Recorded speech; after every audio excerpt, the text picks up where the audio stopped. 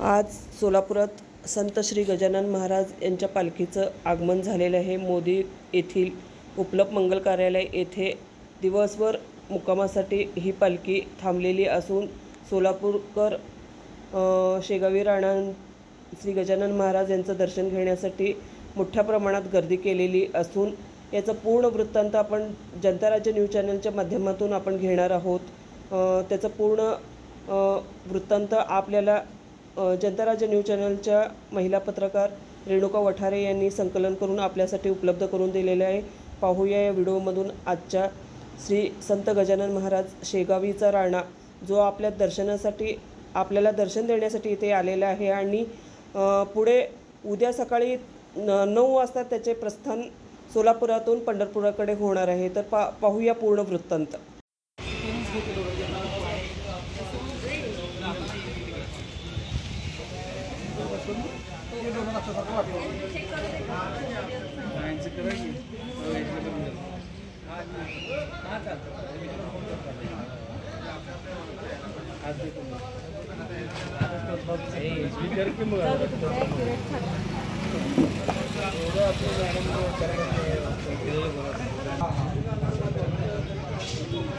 असं बसलेला व्हिडिओ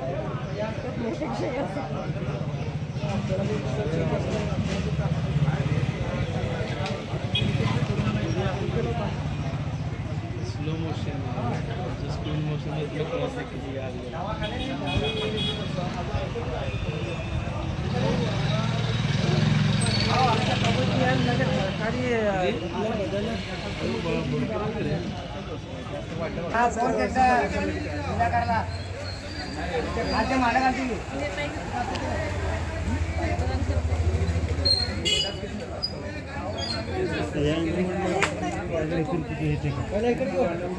तिथे हे कर की तू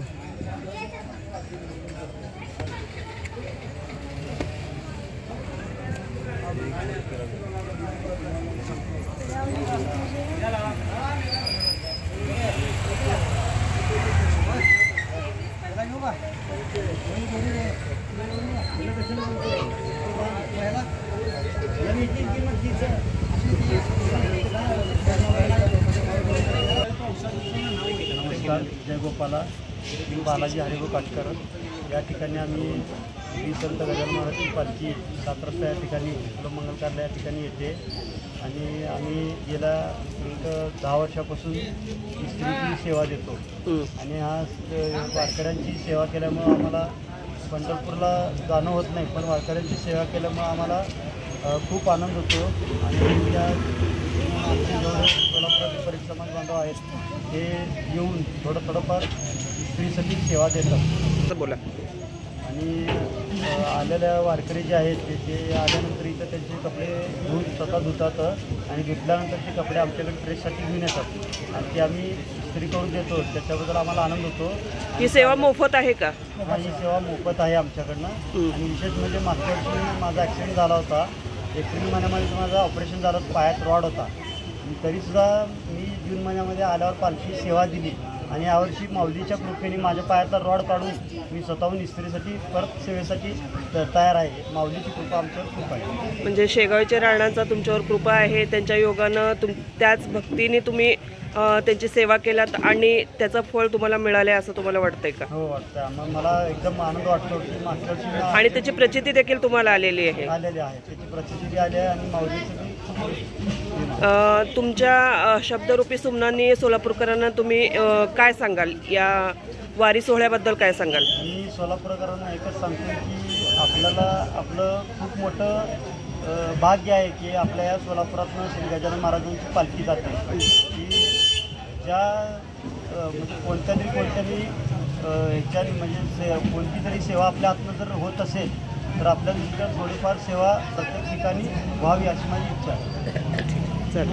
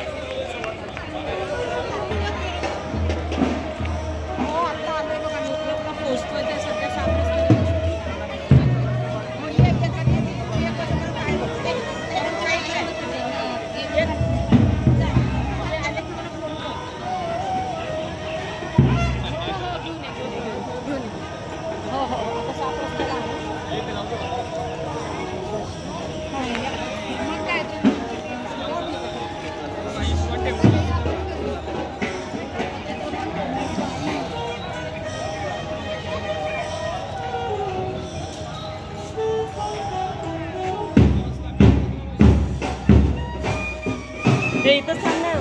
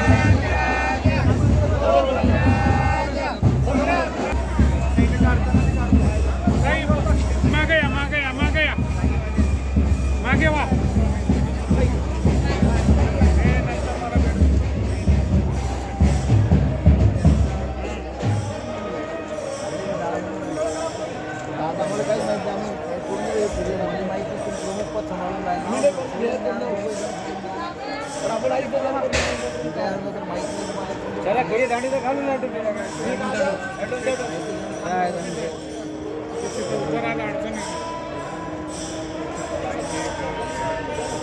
नाही.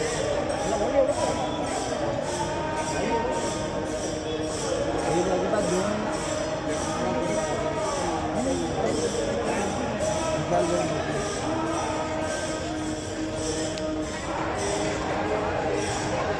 या ना पालखी आणणार आणि आलेले तुम्ही तेव्हा अगोदर दहा कोण सुट्टी देईल तेव्हा ना तर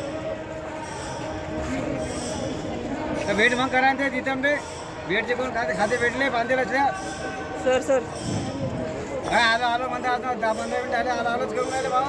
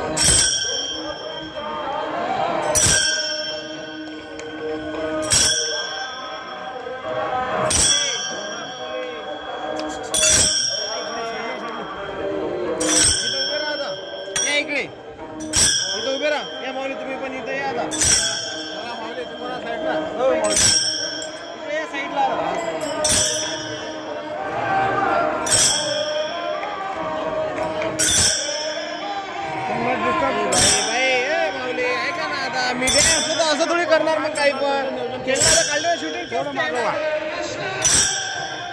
डिस्टर्ब केलं की गडबड होते लोक भरपूर आहे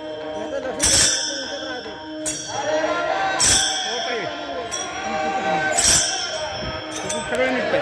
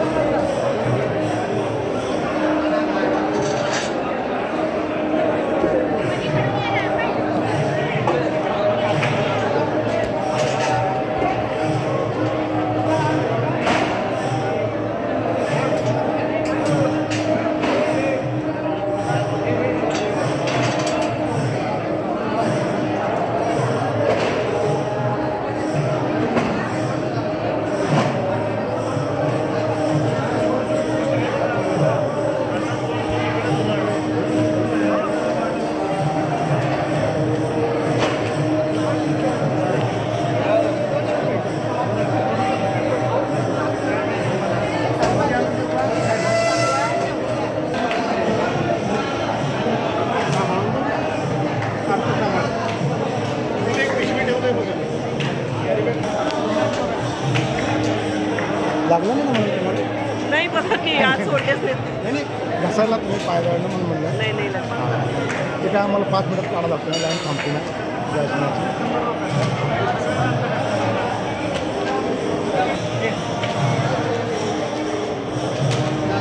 दिलं दिलं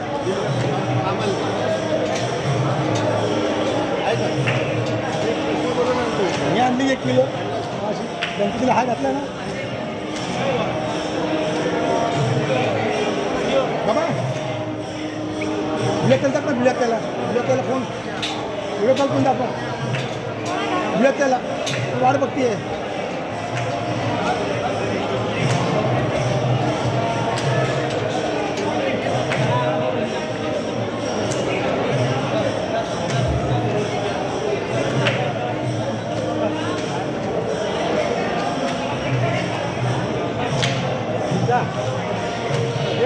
वहिनी बडजी हात लावा गुरुजी.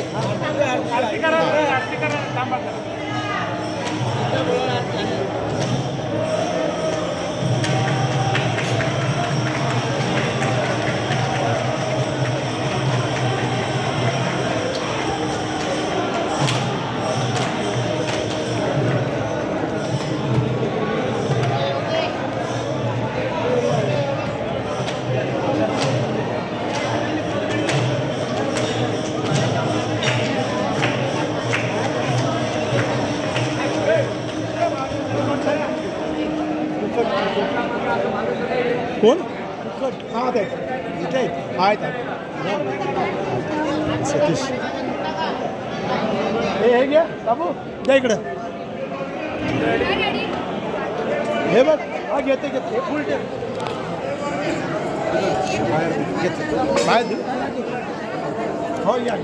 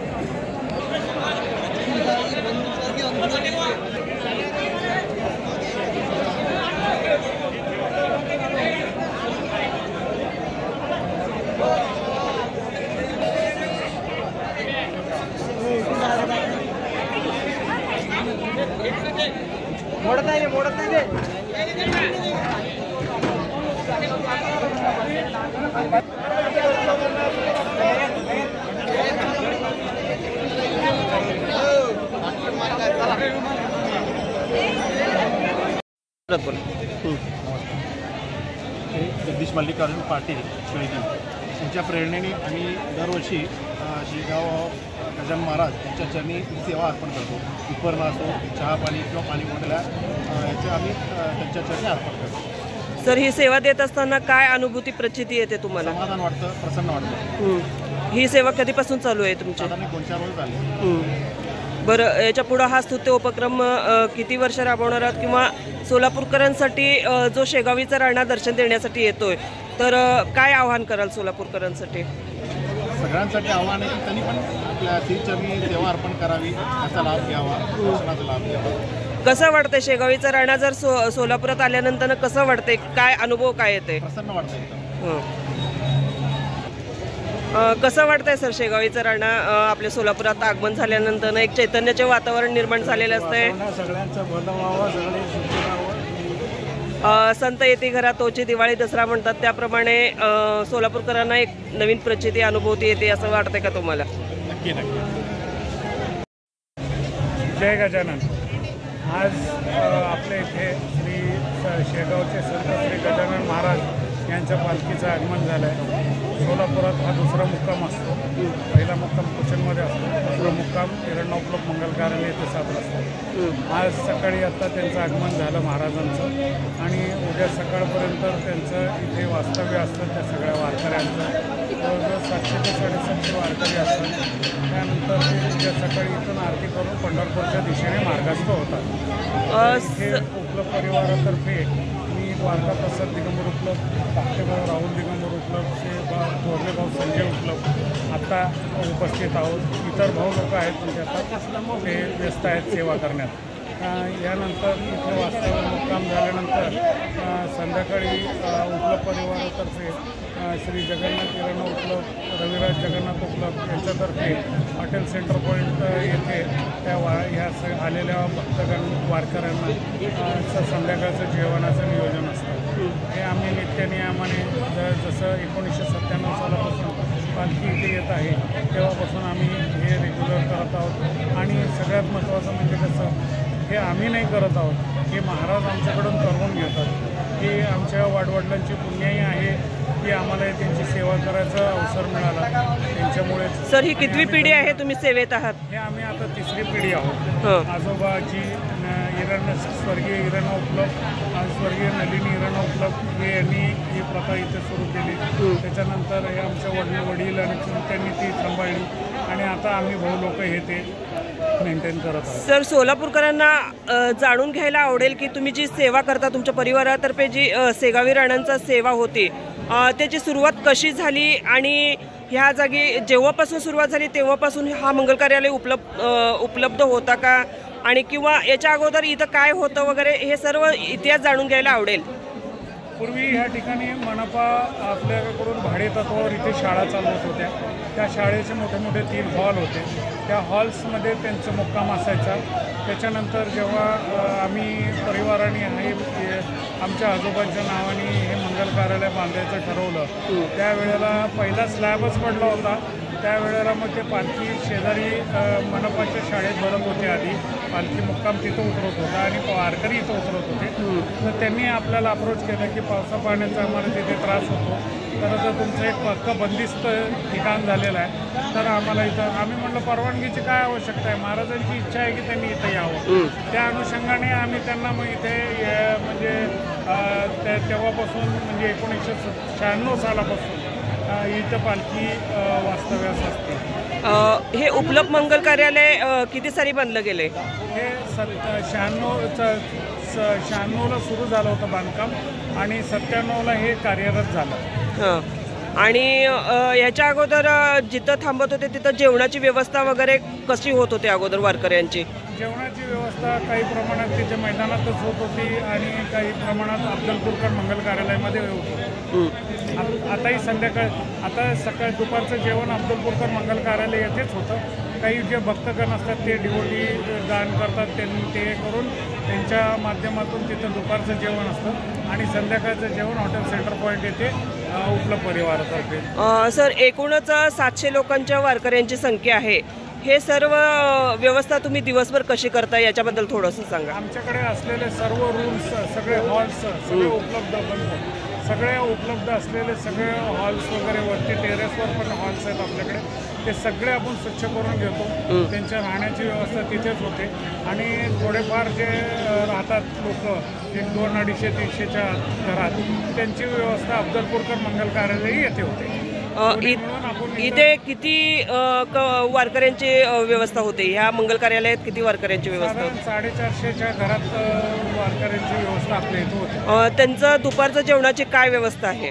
दुपारच्या जेवणाची व्यवस्था मी सांगितल्याप्रमाणे अफजलपूरकर मंगल कार्यालय येथे भक्तजन जे डोनेट करतात त्यांच्या डोनेशन्समधून तिथं जेवण असतं आणि संध्याकाळचं जेवण केवळ हे उपलब्ध परिवारातर्फे हॉटेल सेंटर पॉईंटच्या आवारात जगन्नाथ उपलब्ध आणि रविराज जगन्नाथ उपलब्ध यांच्या मार्फत इथं आपल्या उपलब्ध परिवारातर्फे दिलं जातं. ही सेवा अनंत दिगंत काळ चालू राहण्यासाठी तुम्ही काय व्यवस्था करता किंवा कशी व्यवस्था करता? सुरुवात कशी करता त्याची? आम्ही सर्वात आधी म्हणजे ना त्यांना स्वच्छता फार हवी असते. आम्ही सगळं म्हणजे कार्यालय आणि हॉटेल सगळं पुसून धुवून काढण्यापासून सगळं स्वच्छ करण्यापासून तेच मेन असतं. मग नंतर सगळं लाईट्स वगैरे सगळं ह्यामध्ये आपल्याला प्रशासनाची पण खूप मोठी मदत होते. प्रशासनामार्फत इथे आपल्याला महानगरपालिका विद्युत विभागामार्फत आपल्याला लाईट्सची सोय केली जाते. त्याच्यानंतर घनकचरा व्यवस्थापनामार्फत आपल्याला पाण्याच्या टँकरची व्यवस्था आहे. तरी आपल्याकडे 2 बोर आहेत आणि 12 दोन्ही 24,000 लिटर आणि तिथं 6,000 लिटर असं 18 ते 28,000 लिटरच्या घरात आपल्याकडे पाण्याची सोय आहे. तरी पण एक टँकर असावा म्हणून महानगरपालिकेची व्यवस्था आपल्याकडे असते. त्याच्यानंतर फिरते शौचालय 1 किंवा 2 ते लोक आपल्याला देतात. त्याच्यानंतर प्रशासनामार्फत स्वतः SDO साहेब मीटिंग घेऊन सगळ्यांना मार्गदर्शन करतात की इथली स्वच्छता, रोड्स, झाडं, फांद्या वगैरे कुठल्या विद्युत याच्यात अडथळा येऊ नये, विद्युत पुरवठा खंडित होऊ नये वगैरे वगैरे या सगळ्या प्रशासनामार्फत आपल्याला सोयी पुरवल्या जातात. या अनुषंगाने आपण त्यांना मदत करतो आणि सगळं व्यवस्थितरित्या महाराजांच्या पालखीचं आगमन आता अशा प्रकारे इथं झालेलं आहे. सर, हे सर्व व्यवस्था करीत असताना नातेवाईकांची आणि स्वयंसेवकी संस्थांची आणि प्रशासनाची तुम्हाला कशी मदत होते? प्रशासनाची तर मी तुम्हाला आता सांगितल्याप्रमाणे त्यांची मदत तर आहेच आहे. नातेवाईक आणि स्वयंसेवक म्हणजे कसं, आता नातेवाईकांची तर आमची मदत, आम्ही नातेवाईक सगळे स्वच्छतेच्या बाबतीत त्यावेळेला मदत करतातच. शिवाय आपण इथं प्रसाद वाटप करतो, शिऱ्याचा प्रसाद असतो आणि त्याच्यामध्ये समाजसेवक दत्तांना सुरवसे यांचा पण मोठा सहभाग असतो. आपल्यासोबत त्यांचं प्रसादाचं वाटप असतं. शिवाय कुलकर्णी आहेत, त्यांच्या वाटपाचं प्रसादाचं वाटपाचा कार्यक्रम असतो. समोर बाहेरच्या बाजूला जक्कल परिवार आणि उपलब्ध परिवार यांच्यामार्फत शंकर महाराज प्रतिष्ठानच्या मार्फत तिथे प्रसादाचं वाटप असतं. आणि सगळ्यात महत्त्वाचं म्हणजे काय, फिजिकल सेवा आपण अशी करू शकत नाही. कारण का, त्यांचेच सेवेकरी सगळे असतात, त्यांचे सिक्युरिटी असतात आणि ते म्हणजे आपल्याला तिथं फिजिकली काय खूप नंतर पालखी आल्यानंतर काही आपल्याला सेवा करता येत नाही.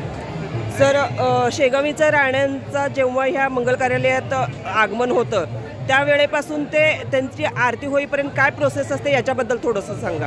आरती आतमध्ये आल्यानंतर सर्व वारकरी सगळे शिस्तबद्ध पद्धतीने उभे असतात. आरती सुरू होते. आरती आपण म्हणजे जे कोणी भक्तगण आहेत त्यांच्यामार्फत आरती होत असते. आरती झाल्यानंतर त्यांचे सामान वगैरे आतमध्ये उतरवायचं काम करतात. त्यांचे ट्रक्स असतात त्याच्यामध्ये. त्यानंतर मग ते आराम करतात थोड्या वेळ आणि मग नंतर दुपारच्या जेवणाला अफजलपूरकर मंगल कार्यालय येते. परिवारातर्फे आरती ही उपलब्ध परिवार आणि सगळे म्हणजे नातेवाईक आमचे यांच्यामार्फत प्रथम आरती होते आणि मग दर्शनाची रांग सुरुवात होते. आणि मग तुमच्याकडून महाप्रसादाचं वाटप देखील शिऱ्याच्या रूपात महाप्रसादाचं वाटप देखील केलं जातं. ह्या सर्वाची तयारी आपण कधीपासून सुरुवात करता याची तयारी सर्व? किमान 8 ते 10 दिवस आधी आपण कार्यालयात कुठल्याही प्रकारचे बुकिंग घेत नाही, कारण आपल्याला स्वच्छता करायला तेवढा वेळ लागतो. कारण कसं आहे, आता कार्यालय म्हणजे सार्वजनिक ठिकाण आहे. तुम्हाला माहिती आहे, लोक नाना प्रकारचे कार्यालयात येतात, त्यामध्ये कसे स्वच्छता अस्वच्छता होते, मग ती त्यांना चालत नाही. म्हणून मग आपण किमान 8 ते 10 दिवस आधी कार्यालयाचं बुकिंग बंद करतो आणि मग ते आपण सगळं धुवून पुसून सगळं स्वच्छ करतो. आणि अन्न जे महाप्रसादाचं वाटप करता त्याची सोय कशी करतात, त्याची काय प्रोसेस आहे? त्याची सोय आपण मेजर आपलं कॉन्ट्रीब्युशन असतं आणि आता सांगितल्याप्रमाणे उपलब्धांचं कॉन्ट्रीब्युशन सोबत दत्तांना सुरवसे त्यांच्यामार्फत त्यांचे चिरंजीव राजकुमार सुरवसे हे प्रसादाचं म्हणजे शिदा वगैरे देतात. शिवाय सोलापूर जिल्हा माजी सैनिक असोसिएशन आहे, त्यांचं थोडंसं योगदान असतं. असं थोडं करून सगळे काही भक्तजन प्रसादाच्या वाटपामध्ये भर घालतात. काही वैयक्तिक सोलापूरकर देखील अन्नदानाच्या रूपात आपल्याला मदत करतात का? हो, जे तांदूळ वगैरे जे आणून देतात ते सगळं आपण इथून म्हणजे यांच्या दिंडी पालखीच्या गाडीमार्फत पंढरपूरच्या दिशेने आपण पाठवून देतो. बाकी इथं नुसतं शेऱ्याचा प्रसाद करतो. सर, हे जे शेगावी राणांचं आरती करण्याचं किंवा इथं सेवा करण्याचं जे भाग्य आपल्याला लाभलेलं आहे, त्याबद्दल उपलब्ध परिवाराला जे भाग्य लाभलेलं आहे ते खरंच अतुलनीय आहे असं म्हणावं हरकत नाही. तर याबद्दल आपल्याला काय वाटतं, त्याच्याबद्दल भावना काय आहेत आपले? कारण नशीबवाल्यांनाच हे अशी सेवा करायची संधी मिळत असते. त्यात उपलब्ध परिवार हे भाग्याचं ठरलेलं आहे. उपलब्ध परिवाराच्या भाग्यात आलेलं आहे की शेगावी राणांचं सेवा करायची. तर त्याबद्दल कसं वाटतं? तुम्ही म्हटल्यासारखं हे खरंच भाग्याचं आहे आणि हे भाग्य स्वर्गीय इरणा पिराजी उपलब्ध आणि स्वर्गीय नलिनी इरणा उपलब्ध यांच्या पुण्याईनीच आम्हाला भेटलेलं आहे. त्यांनी जर म्हणजे या प्रॉपर्टीचं व्यवस्थित नियोजन केलं नसतं तर आज आमच्यापर्यंत ते आलंच नसतं आणि आज इथं पालखीचं मुक्कामच नसतं. तर हे असं आहे, त्यांच्या नियोजनामार्फत आणि महाराजांची स्वतः इच्छा आहे की ती सोलापूरला आले तर ते सोलापूरला कुचन हायस्कूलमध्ये आणि दुसरा मुक्काम आपल्याकडे असतो, असं त्यांच्या इच्छेमार्फत. म्हणून हे भाग्य आहे आपलं की ते एवढे लांबून 550-600 किलोमीटर अंतरावरून आपल्यापर्यंत येतात आणि आपल्याला सेवा करायचं हे चान्स देतात. सर, हे आता तिसरी पिढी तुम्ही सेवा देत आहात. याच्या अगोदर तुमच्या आजोबांकडून वगैरे असे काय इतिहास संस्थानामार्फत या दिंडीचं तुम्हाला माहिती आहे की अगोदर कुठं मुक्काम होत होतं? हे सोलापूरकरांना जाणून घ्यायला आवडेल. तुमचे आजोबा याचा इतिहास काय सांगतात याच्याबद्दल थोडंसं सांगा. आधी मुक्काम जो असायचा तो शेजारी मनपाची शाळा आहे, तिथं असायचा मुक्काम त्यांचा. कारण गेली 57 वर्ष ही दिंडी पुरातून जाते. त्याचा काहीतरी इतिहास आपले आजोबा पणजोबा आपल्याला सांगितलेच असेल. हे तो इतिहास सोलापूरकरांना जाणून घ्यायला आवडेल. त्याचा इतिहास सांगा आम्हाला. त्यावेळेला हत्ती घोडे सगळेच होते, आता हत्ती येत नाही. कसं आहे, मागे हत्ती वगैरे सगळंच यायचे बाकी. आणि कसं आहे, आता याच्यामध्ये फक्त फरक असा झाला आहे, याच्यामध्ये ज्येष्ठ लोकांची संख्या कमी असते. कारण ही वारी अशी आहे की फार लांबून ही पायी येते आणि पायीच जाते. त्यामुळं कसं आहे की आता वयामानानुसार त्यावेळेला लोक स्ट्रॉंग होते, त्यानुसार आपण लोक पूर्वी खूप चालायचे. आता ते शक्य नाही, म्हणून थोडंसं कमी झालं आहे की लोक आता तरुण पिढी जास्त करून येते. आणि हीच एक चांगली गोष्ट आहे की तरुण पिढीला सुद्धा हे आकर्षण आहे महाराजांचं. हे फार आनंदाची गोष्ट आहे. या दिंडीबद्दल तुमचे आजोबा काय इतिहास सांगत होते याच्यावर थोडासा प्रकाश टाका. आता दिंडीबद्दल त्यांनी तेच सांगितलं ना की हे पूर्वी फार म्हणजे आजोबा शेगावला जायचे त्यावेळेला.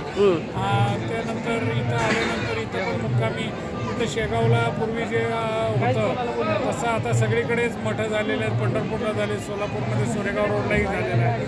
तर हे म्हणजे दिंडी त्याच्यामध्ये काही फरक नाहीच आहे.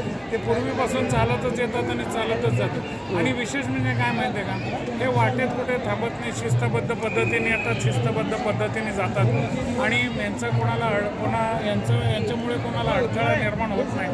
आणि हे वाटेत बेशिस्तपणे कोणी काय दिलं वगैरे तर असं घेत नाही. यांचं म्हणजे सगळंच नियोजन त्यांचे दिवाण जे असतात त्यांच्याबरोबर, हे दिंडी प्रमुख सतीश कुपेट पाटील वगैरे आहेत आणि त्यांचे बाकीचे दिवाणजी, ही टीम फार चांगली आहे. ते सगळे छान नियोजन करतात. सर भरपूर असतो, पोलिसांचा बंदोबस्त असतो. त्यांच्याकडून काय होमगार्ड्स वगैरे तिकडून आलेले असतात का? त्यांचे नियोजन होमगार्ड्स नसतात. हां, त्यांचे स्वतःचे सिक्युरिटी घेऊन इथे येतात, त्यांचं पूर्ण नियोजन असतं. इथे मुक्काम करायच्या अगोदर त्या संस्थानाशी काय तुमचं बोलणं होते का? नियोजनाबद्दल काय बोलणं होतंय? हो, 1 ते 1.5 महिना तिथून पालखी रवाना व्हायच्या आधी त्यांचं जेव्हा मीटिंग होती त्यानंतर ते तुम्हाला त्या मीटिंग मध्ये बोलवतात का? ते म्हणजे ठरवण्यासाठी मीटिंग असते. त्या मीटिंग झाल्यानंतर त्यांची टीम तिथून निघते आणि जो पालखी मार्ग आहे पूर्ण पंढरपूर पर्यंत आणि वापस, त्या मार्गावर ते येतात. त्यांचं एक पत्रक असतं, ते पत्रक आपण महानगरपालिकेचे उपायुक्त आयुक्त साहेबांनाही सबमिट केलेलं असतं. दरवेळेला देतो आपण त्यांचं शेड्यूल. तर ते त्या पत्रकाप्रमाणे त्यांचं ते आपल्याशी बोलतात. आपली तयारी पुढची काय आहे, त्यांना काय हवं आहे. हे आता उदाहरणार्थ त्यांनी यावेळेला सांगितलं की त्यांना 2 कूलर्स हॉलमध्ये हवे, मग ते आपण त्यांना आधीच व्यवस्था करून ठेवली. मग असं जे नियोजन असतं ते सगळं ते लोक त्यासाठी एक चक्कर मारून जातात. म्हणजे त्यांची एक अगोदर टीम, दिंडी यायच्या अगोदर एक टीम पुढं निघत असते आणि सगळी व्यवस्था प्रत्येक मुक्कामाच्या ठिकाणी व्यवस्था ते करून पुढे जातात. आणि मग तिथून ते साधारण मे महिन्याच्या शेवटी त्या दरम्यान ते तिथून निघतात. त्यांची तारीख ठरलेली असते, त्या तारखेला निघतात आणि ज्या तारखेला जिथं पोचायचं तिथंच बरोबर तिथं पोचतात. सर, हे झालं सगळं व्यवस्थापनाबद्दल. तर उपलब्ध परिवाराच्या महिलांमध्ये काय सहभाग नोंदवतात? आपल्या महिला काय सहभाग नोंदवतात? स्वच्छतेच्या बाबतीत ते महिला आमच्या सगळ्या सहभागी करतात. महिलांचा सहभाग ते सांगितल्याप्रमाणे स्वच्छतेच्या बाबतीत महिला सगळ्या सहभागी असतात. कारण परत ऑफिसमध्ये जेव्हा शिदा वगैरे येतात, शिदा वाटप करतो आपण त्यावेळेला आरती वगैरे सगळे आमच्या महिलाच पुढाकार घेऊन सगळं ते करतात. त्यानंतर जेवणाच्या सोयीचे जे संध्याकाळच्या जेवणाची सोय ते पण सगळे स्वाती रविराज उपलब्ध आणि आमच्या बाकीच्या महिला सगळ्या मिळून ते जेवणाची व्यवस्था करतात. सर, ही जी स्तुत्य उपक्रम तुम्ही परिवारातर्फे करता किंवा जी सेवा करता त्याची काही प्रचिती वगैरे तुम्हाला आलेली आहे का? प्रचिती म्हणजे बघा, आजही आमचं कुटुंब, आमचं हे पूर्ण प्रॉपर्टी अजूनही एकत्र आहे काय, आणि सगळ्या भाऊभावांमध्ये आमचं प्रेम आहे. हेच महाराजांचे आशीर्वाद असे त्याची प्रचिती तेच म्हटलं पाहिजे. 3 पिढ्यांपासून तुमची ही सेवा अविरत चालू आहे आणि पुढच्या पिढीला तुम्ही या सेवेबद्दल काय मार्गदर्शन करता किंवा त्यांच्यावर कसे संस्कार करता, त्याबद्दल तुम्ही काय त्यांना आदेश देता, सूचना देता? नाही, आमचे सूचना द्यायची गरजच पडत नाही मॅडम, कारण आमचे पोरं सगळेच म्हणजे त्यात आहेत आणि पोरांचा सहभाग आहे. आता इथं पोरं आता एक प्रसाद वाटपाला थांबले.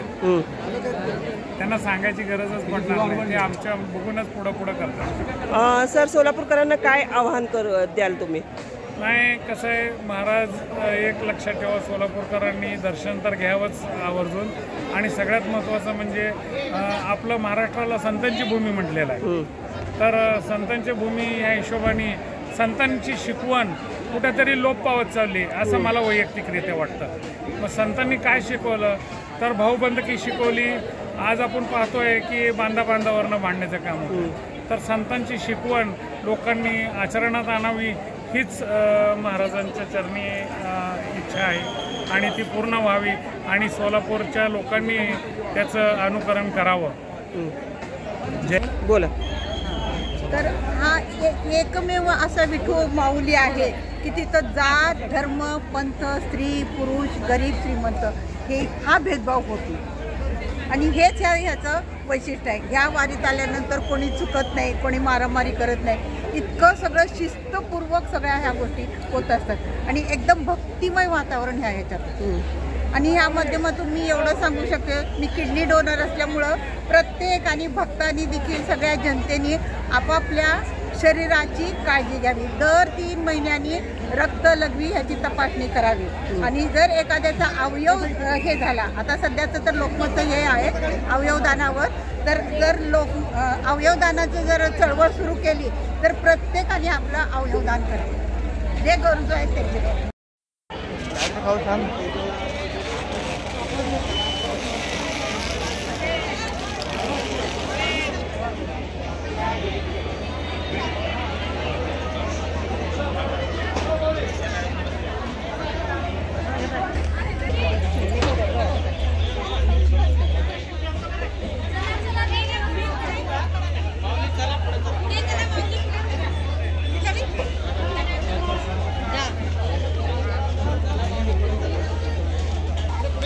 नमस्कार, मी सुशील उपलब्ध. या कार्यालयाचं व्यवस्थापन व मालक माझे 2 लहान भाऊ आहेत, द्वारकाप्रसाद उपलब्ध आणि राहुल उपलब्ध, हे बघत असतात. पण एक आहे, मी वयाने मोठा असल्यामुळे मला मान देतात. आम्ही आमच्या कुटुंबाचं भाग्य मानतो की महाराज आमच्या वास्तूमध्ये येऊन थोडा वेळ थांबून एक रात्र विश्रांती घेऊन जातात. आमचं खूप मोठं भाग्य मानतो. अशीच सेवा आम्हाला करायची संधी महाराजांनी देऊ दे व आमच्या कुटुंबावर महाराजांचा आशीर्वाद असू दे. धन्यवाद. कर्ता पुरुष म्हणून आपली सेवा आपण कसं बजावता, म्हणजे सगळं जे शेगावी राणांचा जो मुक्काम असतो त्याचं सगळी जबाबदारी कशी आपण एक कर्ता पुरुष म्हणून पार पाडतो? जबाबदारी आम्ही काहीच करत नाही, करणारे तेच आहेत, महाराजच सगळं करून घेतात. आम्ही काही नाही, आम्ही फक्त कारण असतो. सगळं करता करवी तर महाराज आहेत. तरी घरातील एक मोठा भाऊ म्हणून तुमच्यावर एक मोठी जबाबदारी असते, त्याबद्दल तुम्ही ते जबाबदारी कशी वाहून घेऊन जाता? काय एकमेकाला सांभाळून घ्यायचं, वादविवाद करायचे नाही, त्यात कुटुंब आपलं एकत्र कसं राहील हे बघायचं. आणि शेवटी पाच बोटं सारखे नसतात, हे सगळं वाहून घेऊन जाता तुम्ही सगळं. हां, धन्यवाद.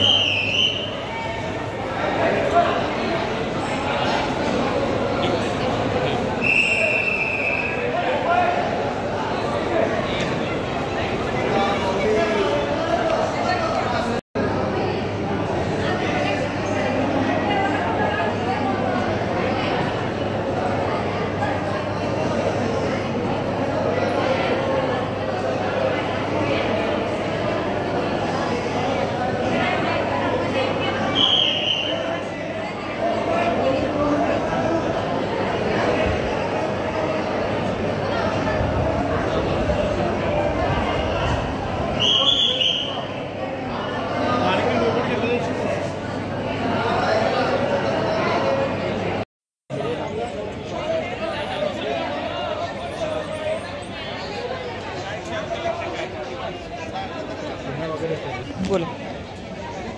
Family planning association of India Solapur शाखा, रोटरी क्लब ऑफ सोलापूर शाखा, सोलापूर महानगरपालिका आरोग्य विभागाच्या वतीने संयुक्त विद्यमाने शेगावचे श्री गजानन महाराज पालखीच्या आज संजय उपलब्ध मंगल कार्यालय येथे पूजनाच्या प्रसंगी सामील झालेल्या सगळ्या वारकऱ्यांसाठी आणि भक्तांसाठी सर्व रोग निदानाची तपासणी होऊन त्यांच्यासाठी शुगर, हिमोग्लोबिन तपासणी, त्याचबरोबर ICPCचा तपासणी होऊन मोफत औषध उपचार देण्याचा कार्यक्रम आज मी डॉक्टर योगेश पल्लोलू, त्याचबरोबर महानगरपालिकेचे डॉक्टर प्रसाद कुमार, डॉक्टर सचिन आलपुटे, डॉक्टर शिवकांत चिप्पा या सर्व डॉक्टरांच्या माध्यमातून सर्व लोकांची तपासणी करण्यात येणार आहे. तरी भाविकांनी या आरोग्य सेवेचा लाभ द्यावे असे नम्र आवाहन सोलापूर महानगरपालिका आरोग्य विभाग फॅमिली प्लॅनिंग ॲक्शन ऑफ इंडियाच्या वतीने करण्यात येत आहे.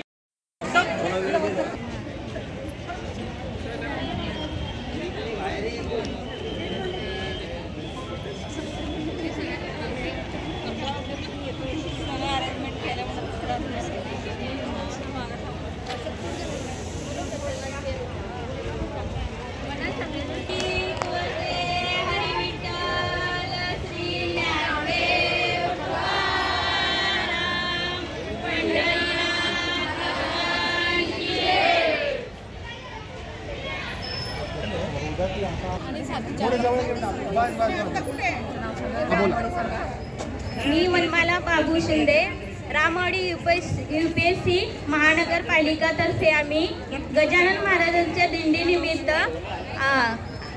आम्ही आरोग्याबद्दल माहिती सांगत आहे आणि जनजागृती करत आहे. सध्याला पाऊस काळाचा ऋतू चालू असल्यामुळे डेंग्यू, मलेरिया आणि डायरियाचे, कॉलराचे पेशंट वाढत आहे.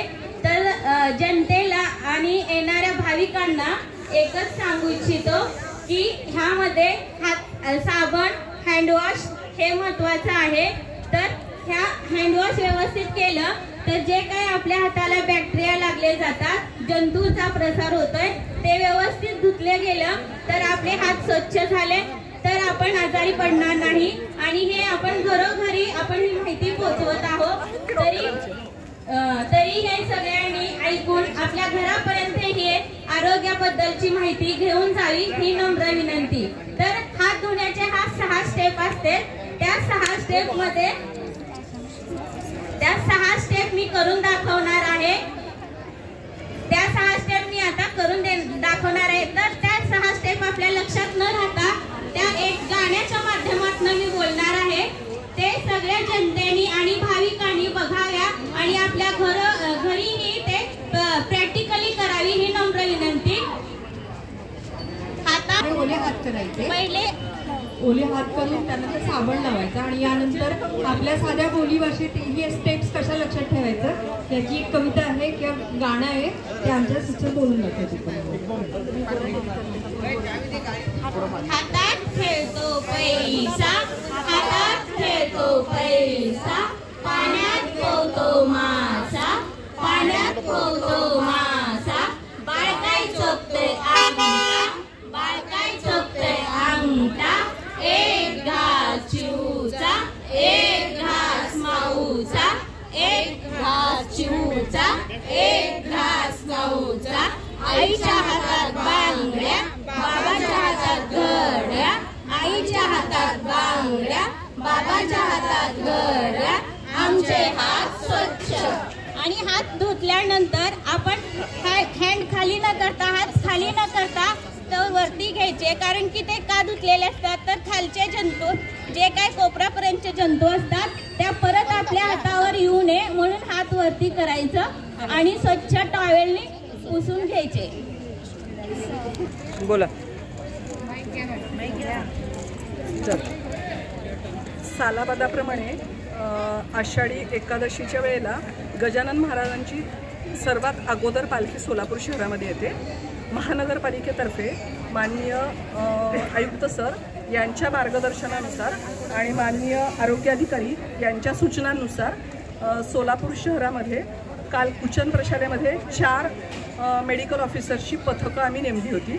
तशीच आज पण उपलब्ध मंगल कार्यालय इथे आमच्याकडून 4 मेडिकल ऑफिसर्स, MPW, अटेंडंट आणि फार्मासिस्ट सर्व मेडिसिनसह तत्पर सेवा देण्याकरता 2 ॲम्ब्युलन्ससह उपलब्ध आहेत.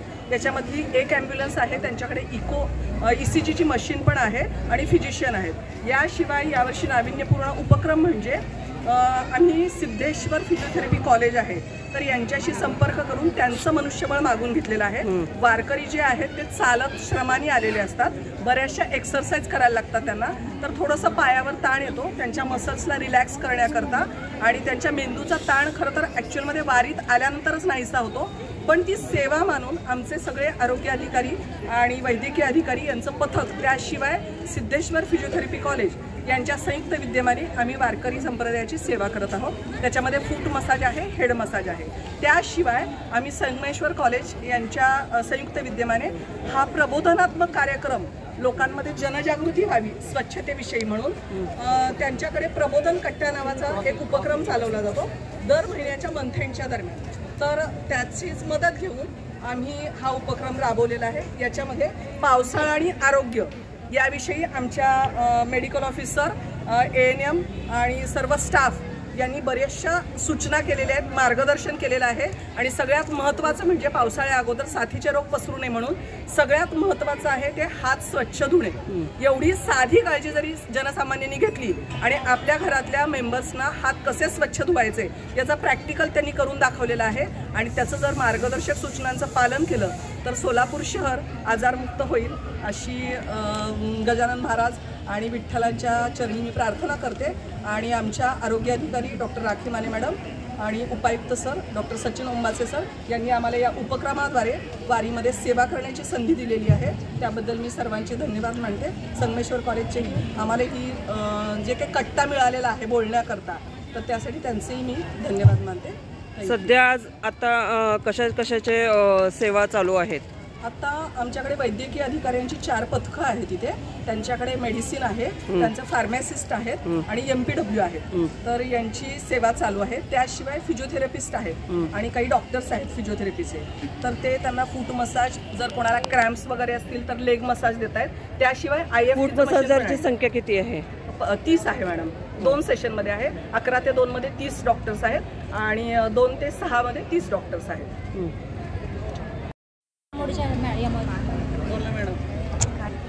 आज सोलापूर जिल्ह्यात शेगावीचा राणा संत श्री गजानन महाराज यांचं आगमन झालेलं आहे. त्याबद्दल एक सोलापुरातील नागरिक म्हणून, एक महिला म्हणून आपले काय अनुभव आहेत ते सांगा.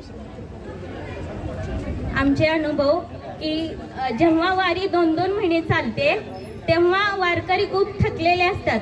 थकलेल्या माध्यमातून आम्ही एकच प्रयत्न करतोय की त्यांची सेवा व्हावी म्हणून आम्ही आरोग्य खातं तत्पर असते आणि त्यांना होणाऱ्या वेदना आम्ही जाणून घेऊन त्यांच्या वेदना कमी करण्याचं काम करत आहोत.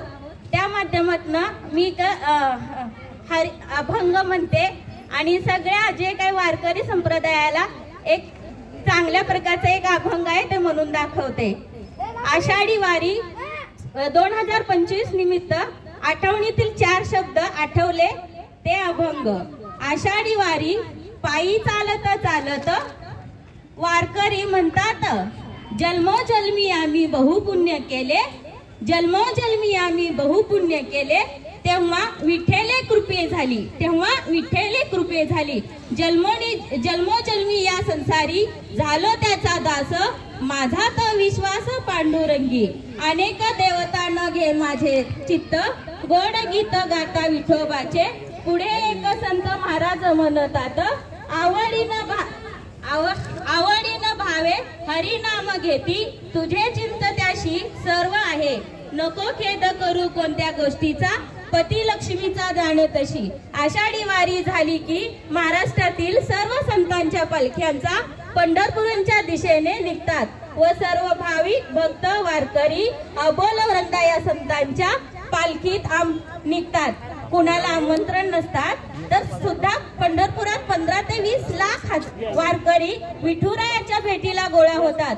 ऊन वारा पाऊस याचा पर्वा न करता सर्व संत मंडळी एकत्र गोळा होतात व म्हणतात, अवघे गजर पंढरपूर, अवघे गजर पंढरपूर, चालता नामाचा गजर, चालता नामाचा गजर, टाळ घोष कानी येती, ध्यानी विठ्ठलाची मूर्ती, पांडुरंग घालते चंद्रभागे निरी, इडा पिडा दूर टळो जाती, देहाला याचा लाभ मुक्ती, पुंडलिक वरदे हरी विठ्ठल, श्री ज्ञानदेव